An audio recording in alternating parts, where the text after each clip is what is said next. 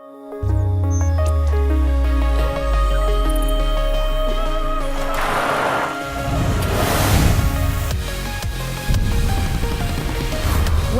to autumn, a new beginning for the festival that never ends.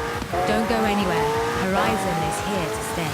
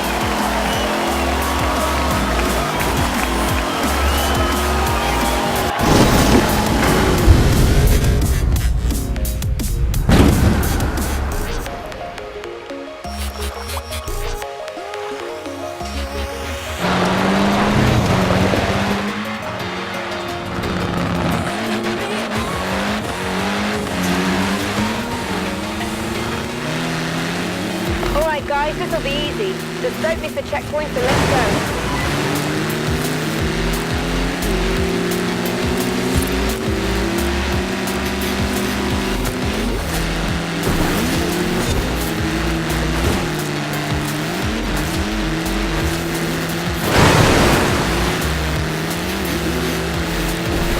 Did we just lose yellow?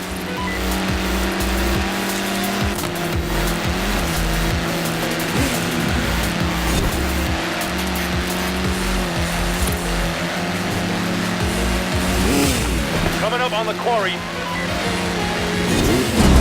Woohoo!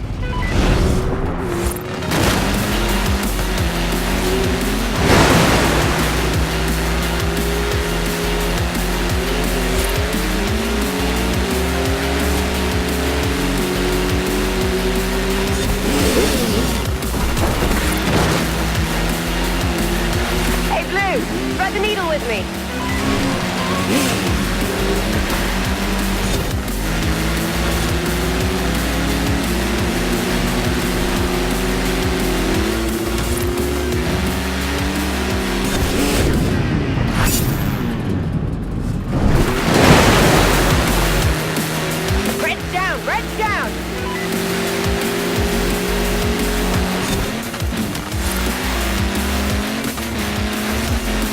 like I'm the only one left.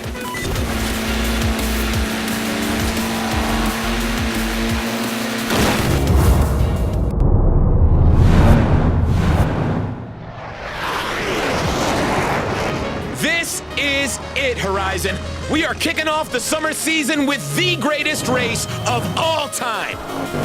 Point yourself in the direction of Horizon and put your foot down. First to the festival wins, so let's go. Don't sweat it, the Jets aren't in the race. They just happen to be here.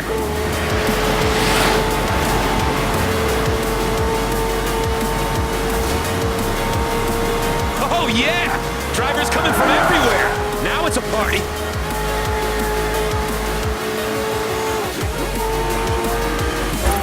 People are lining the streets to get a load of the action. Cheer these racers on, guys! Come on!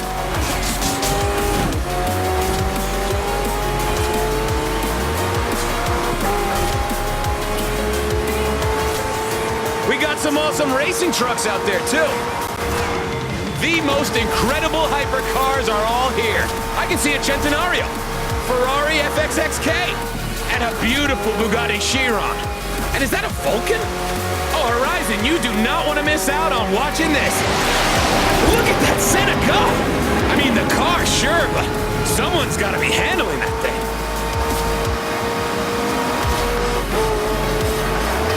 Final straight. I can't breathe.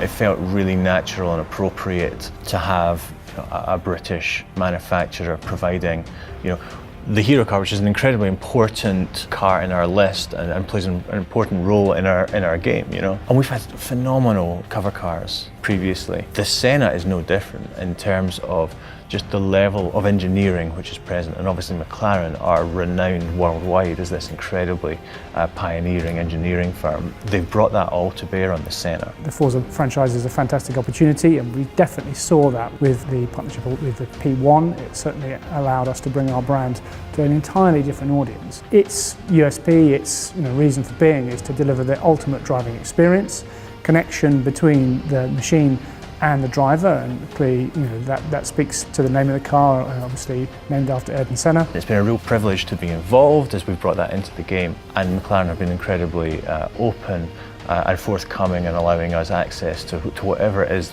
different parts of the team need to recreate it as perfectly as possible.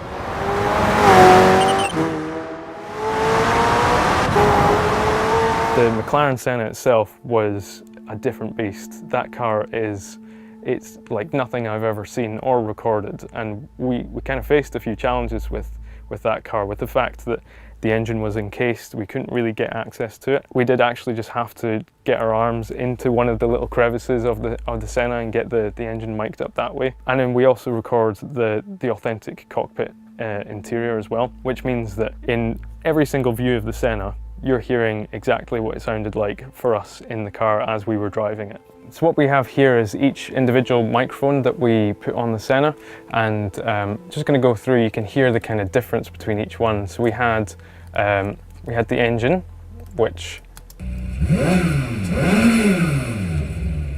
sound a little bit like that.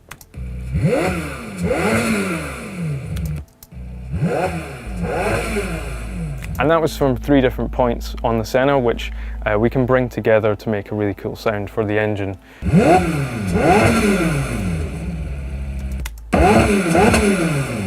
Something that sounds a bit more aggressive, a bit cooler.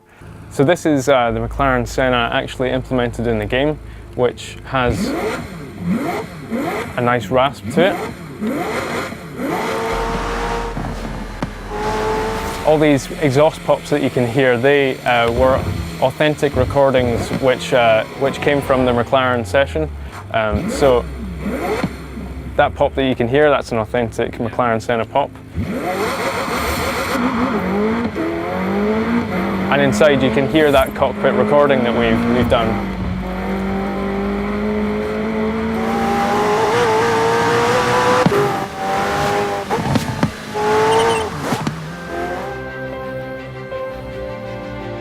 Many manufacturers love to say their car is a race car for the road, and I think the Senna is one of the first cars we've seen where it genuinely is a race car for the road. And that meant we had to approach it very differently. From the handling point of view, we strive to create a system where we treat it more from an engineering background than anything else. So that allows us to take data supplied from the manufacturers, and people like McLaren are great for giving really in-depth data. That allows us to then pipe that into the system and create the handling that way, so we know it's the most authentic and accurate handling we can create for the car. When it comes to tyres, aerodynamics and things, we're looking towards what a race car is capable of, but somehow it has to function on a road as well. So things like suspension and the tyre itself has to be much more progressive and drivable than a race car.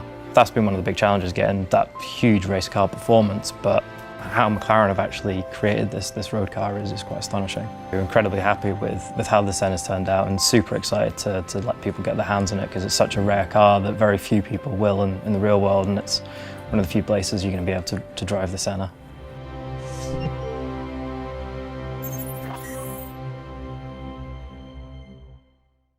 For the first time in the series, Forza Horizon 4 is a shared world game. Now, it's a big change and a potentially concerning one for some, so let's break down what this all means.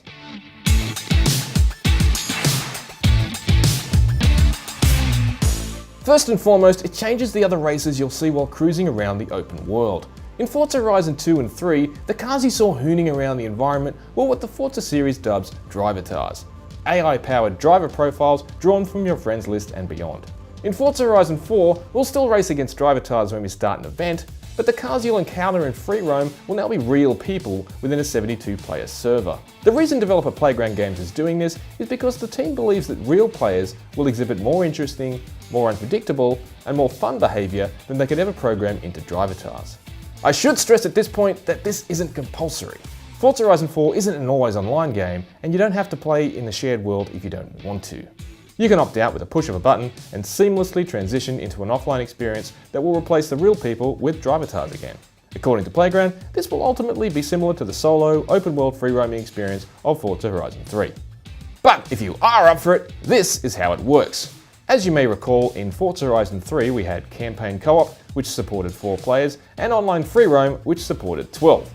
The problem is, as Playground points out, 12 players isn't enough to make an entire Forza Horizon environment a shared world experience. Allow me to demonstrate why. Take Forza Horizon 3's map for instance, and imagine this can of beer is Surfers Paradise. This can of beer is the Great Ocean Road. So, we're hooning around Surfers Paradise with all the other people on the server, and we decide to journey down to the Great Ocean Road.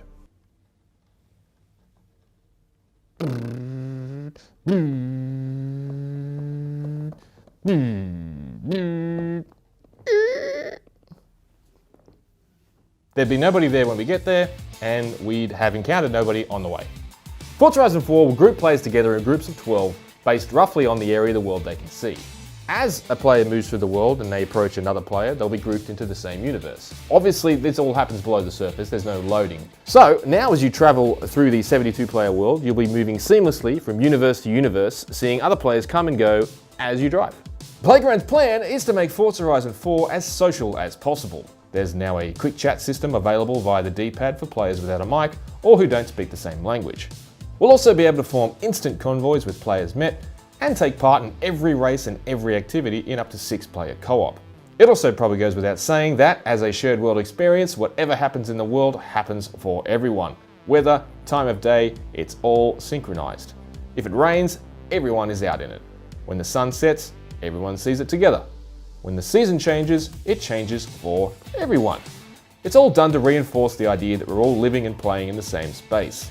Okay, neat, but what about the other issues inherent with shared world games? Pausing, griefing, losing connection, all that stuff. Well, Playground seems quietly confident that it's nipped those in the bud. Yes, you can still pause the game while online and resume at whatever velocity you were moving in before pausing.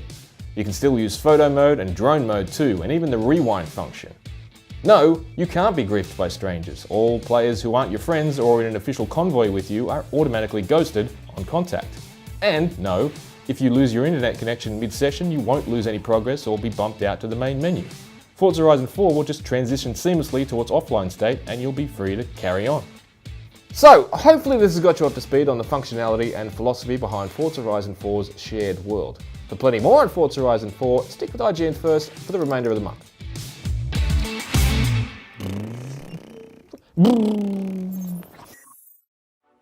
Well, the thing that's unique to Horizon 4 is dynamic seasons. It hasn't been done before in an open world game. I can't wait to see people react to that. A world which genuinely and completely changes on a weekly basis.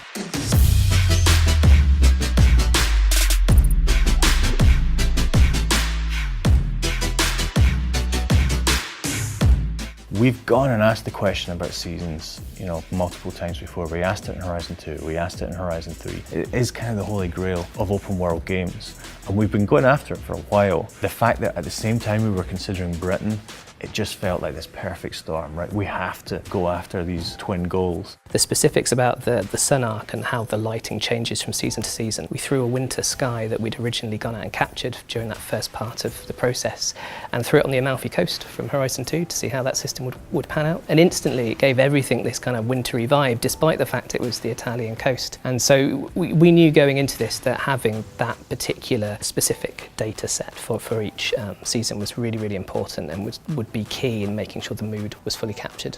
I can't see us being able to pull off dynamic seasons in anywhere other than Britain. It's a kind of place that we live, so it's so close to our hearts and we're desperate to do it proud, so there's this inherent challenge that we put upon ourselves more than normal. Like, we really have to do this justice. So the extra work from seasons came along as part of the we can rise to do this. We've always looked to the locals of whatever place it is we've tried to recreate in the past to tell us when we've captured the spirit of a place. And with the UK, we were kind of the arbiters of that. We had to make sure that we were capturing the true spirit of the UK, and we were acutely aware of when we weren't quite doing it. That kind of intimate knowledge with the location, I think, is integral into how we've been able to achieve our dynamic seasons feature. You have to be living in that space throughout a whole year to truly understand how everything changes. The team have been able to get out, get in their cars, take their cameras, take their recording equipment, whatever their discipline is, and go and experience Britain in each of these seasons and bring back the data which allows this to be, I think, the most authentic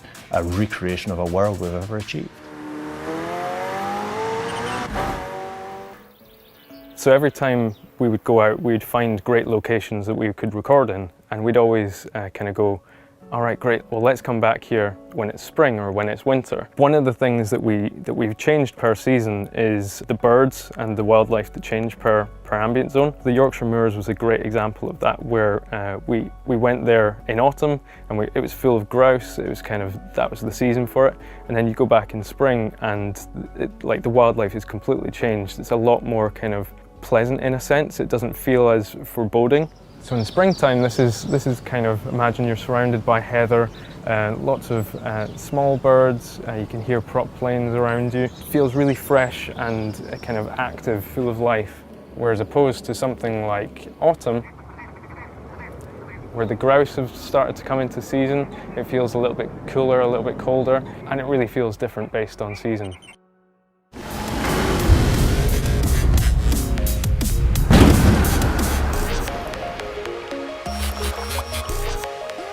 Seasons touch almost every single asset or asset type within our game with each seasonal change. We're delivering effectively 4 worlds the size of Forza Horizon 3. It's not an oversimplification, it's literally true. I mean, it has been 4 times the amount of capture, 4 times the amount of data, 4 times the amount of content as well that we've had to review to make sure that we're pulling out absolutely the best moments that we possibly could. That's all part of the tapestry, I think.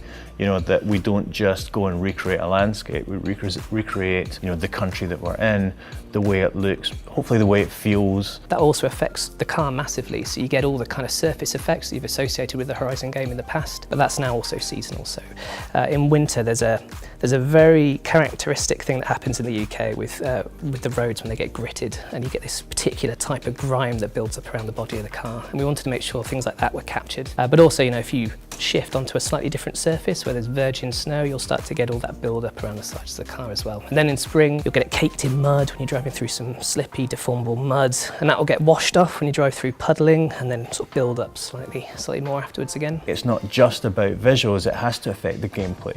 It has to affect the driving experience, which is so central to our game. When you drive in a season, you have to feel that that season is different. It has to present different challenges, make you think about driving in a slightly different way. And then from season to season, we need to be delivering new content which, celebrates or respects that seasonal change, but also just changes up the world and the experience.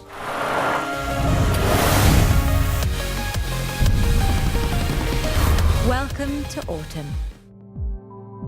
So from a gameplay point of view, dynamic seasons change the way you drive, they change the way the world looks, they change every race, they change every road, they change every piece of gameplay that we do. So really, seasons do change everything in the world. Currently we're looking at 1 week per season, so you will play in spring for a week.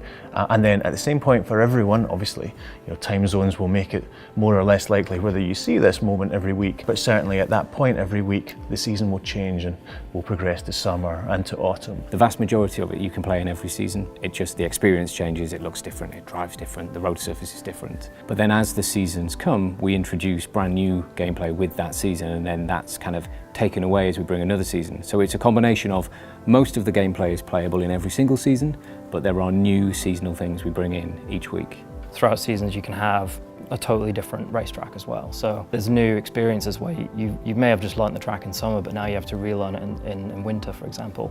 But it's that same experience of learning the track, you just get it so many more times now. So a really good example would be there's a cross-country race and you drive through a river for a huge part of it. And in summer, the river's really dry and low and it doesn't have as much of an effect on your handling. And then in, say, spring, that river's really full and it moves quicker, so you need something with high suspension or it's going to slow you down a lot more. And then in winter, the entire thing's frozen and you're driving on top of this frozen river with a lot less grip. You'll understeer a lot more and you'll go wide. That sense of anticipation of what's to come, that sense of collective memory. I was here last winter. Where do you see what happens with the lake that freezes over? Or where do you see what this river does in summer when it dries up and changes the gameplay experience? There'll be that sense of collective experience, collective anticipation, which I think will make this a really special experience for everyone who plays the game. I'm most excited, the way people respond to seasons, to hear that it kind of falls into how they schedule their gaming anyway. This week I'm going to be playing and it's spring and I need to do the spring championships, and then next week it's winter, I'm going to be doing some seasonal off-road cross-country events. I'm hoping that just falls into their kind of daily schedule anyway. What I think we've achieved, which is Britain at its best. The best representation of Britain in each of the distinct seasons in the game. I'm also excited and hoping to hear players turn around and say, why has no one done this before? Why has no one done a AAA game with dynamic seasons? This should have been a thing ages ago, it's perfect.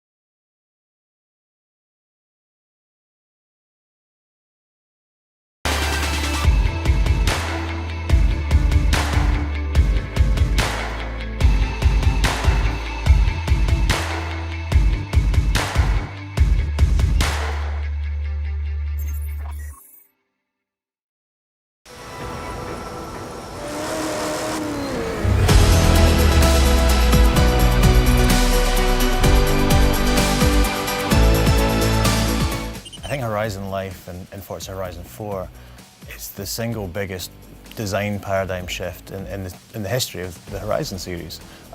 It goes hand in hand with seasons. The fact that we now have dynamic seasons changing on a weekly basis for all our players, it means that you're no longer at Horizon for a summer. After a week it's going to be autumn and another week it's going to be winter. You are living there now. It's massive how much it alters it, because it's really taking that step where it moves from a festival that you just spend the summer, and it moves it on to it being your new life, or maybe the dream life that you might like to live, where not only can you buy all of the best cars in the world, but you get to buy houses, you get to do a job, not a normal job, it'll be a job like a stunt driver or driving ridiculously fast taxis around the world. You get to do everything that you could kind of ever want to do across an entire year of Horizon and more. The big question that we asked ourselves during concept, what would it actually mean to live at Horizon? I think the big thing that it suggested was, you're not going to be doing it on your own, you're not going to be living on your own. This is going to be a world full of people living their dream Horizon lives alongside you. So that immediately suggested to us a shared world. I think the part that I'm most proud of, the part that presented us the most challenges, was probably realising that idea of a shared world without any of the problems. We came into it knowing that there's a lot of people that can be turned off by that idea, and we wanted to be able to say to all of those people, hey, we know the problems, we've fixed the problems, and we think you're going to have a great time. Random players that you see, you can interact with them, you can chat with them, but they can't crash into you while you're trying to nail a drift zone. They can't try and push you out of a place where you're trying to take a photo. And speaking of kind of taking a photo, that's another cool way that we've fixed an issue, which is all of the features you might associate with being offline, like photo mode, rewind, pausing the game, you can do all of those while you're connected. So you can rewind even though there are other players around you and it's all synchronized. You can pause at any point that you want, mid-air, on the ground, and you can use photo mode, which is a really cool new addition as well. It's a problem we had to solve, but the great thing about that is now the other players are in your photos if you want them to be. So we don't force you to play online.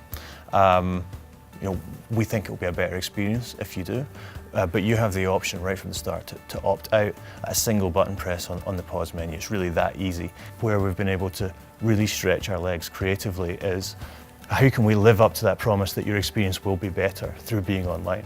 And that's about creating features which allow you to interact with the other players in the world. It allow you to chat, for example, through our quick chat feature. Allow you to see what other people are doing, see the events that they're setting up, go and participate with them seamlessly. Or the brand new Forzathon Live feature. So Forzathon Live is a really fun way to play the game.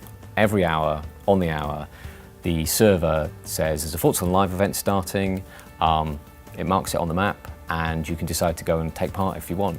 You'll be grouped off with other players. You haven't had to sign up. No one has to declare themselves the leader. No one has to say, this is what we're going to do. It's a kind of soft, like friction-free entry into play with other people. And what it does is it tasks you as a group with achieving a target. So there are 3 rounds and it lasts 15 minutes. And if you complete round 1, 2, or 3, you'll get a reward that kind of increases based on it.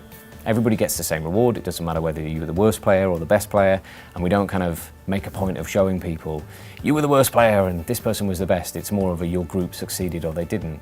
And what happens is, when round 1 starts, it will set your waypoint to say a danger sign, and then you'll see, up to 11 people all jumping off the danger sign in front of you, tumbling around, desperately kind of trying to bank the score, and you'll see your progress towards the group target. Everyone keeps kind of taking attempts, and then you'll pass that target and go on to the next one. It's a really cool way of being able to just sit there and take part in the game without ever having to think, what do I do next? I think long-time Horizon players, they've always enjoyed our games because we always offer a great deal of content.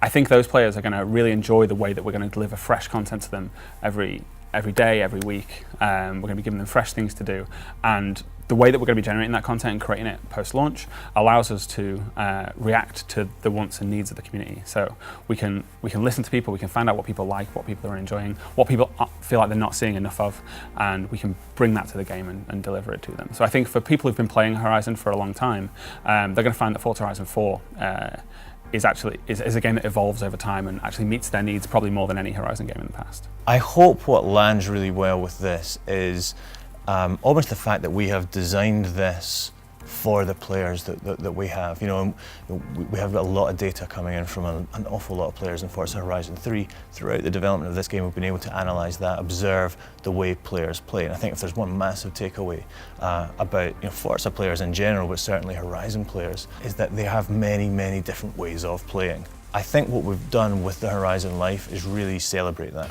by allowing them to progress within the game, to earn rewards, and have meaningful progression by doing practically anything that you can do within the game. So obviously that includes racing, which is a massive part of our game.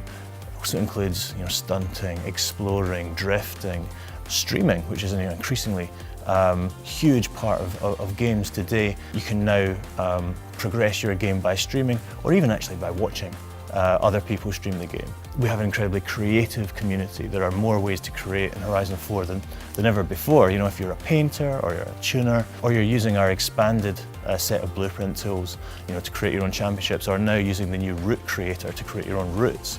That creativity can reward you with progression within the game, even if you're not going and doing traditional races. It's a design born out of watching and understanding our players.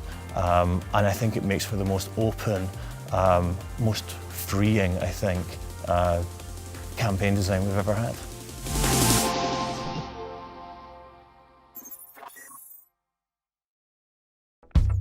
The Forza Horizon series has been taking us around the globe since 2012. Colorado, Southern Europe, Australia. Now we're going to Britain. What do I think of when I think of Britain? Mary Poppins, Michael Caine, moles? I don't know, maybe that's a little unfair. I mean, Australia and Britain aren't really that different, culturally speaking. Geographically, though, that's a different story. However, while I've been to Britain to visit developers a bunch of times over the past 15 years, I still really haven't seen that much of it in person. I'm about to, though. At least a small sliver of it. Today's trip will take us from leafy Leamington Spa, the home of Forza Horizon 4 developer Playground Games, to a tiny blip on the map between Snows Hill and Broadway, deep in the Cotswolds. It's the site of a small cottage that served as a key part of Forza Horizon 4's early production process, and will be there in the game for us to find come October. The Cotswolds is the second largest protected landscape in England. Only the Lake District is larger, which also appears in Forza Horizon 4. The Cotswolds reportedly receives 38 million day visits a year. It's about to get 6 more, and they're all named McLaren. A multi-million-dollar convoy has been unloaded into the modest car park in front of Playground Games' studio building. It's a scene that brings most of the staff outside and begins stopping bystanders. A man on a bicycle asks if the McLarens are Italian. He seems quietly impressed that they were all built in a giant shed in Surrey. Our McLaren for today is a 720S, a car which, in some cases, has proven to be near equal to the P1. Our McLaren chaperone implores us not to switch off the traction control.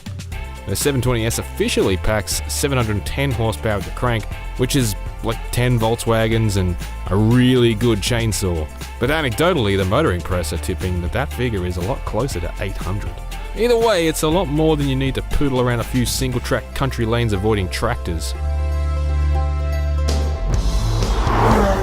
Yes, there are worse ways to spend a Wednesday than this. You're right about racing games long enough and somebody is going to stick you in a real car once in a while. You get to sign a waiver your family will wish you didn't if you die, and feel what life is like for a motoring journalist for an afternoon. It's not the first time it's happened, and it won't be the last. The 720S, however, is a real wonder.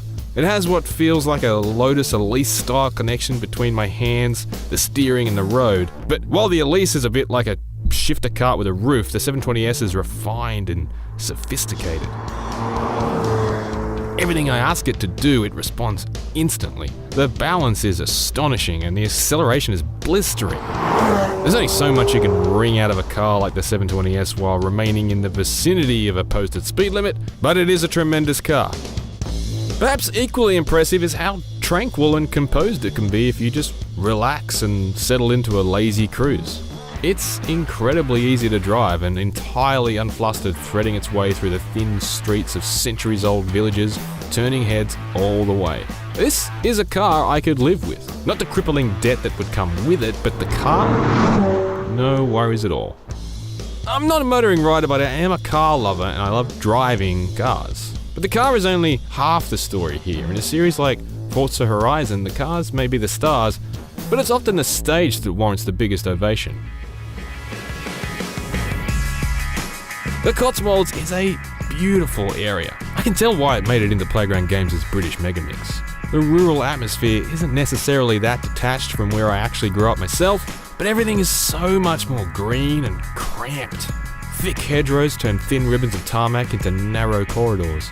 The roadside is overgrown with grass and weeds, the complete opposite of the sort of dusty, parched verges that line the roads where I live. There are dry stone walls and buildings that may well be hundreds of years older than any building I've seen in Australia. One absurdly picturesque moment finds us passing beneath a canopy of dense, overhanging trees shedding millions of tiny petals. What is this? It's like driving through an animated postcard. Eventually, we arrive at our destination. We finally made it. We made it to Snows Hill Cottage, down many single track roads, lined with hedgerows, lots of oncoming traffic, but we're here and it's extremely quaint. I've never driven through England before, so it was always going to be like a pretty big novelty. But yeah, I feel like it was worth the drive.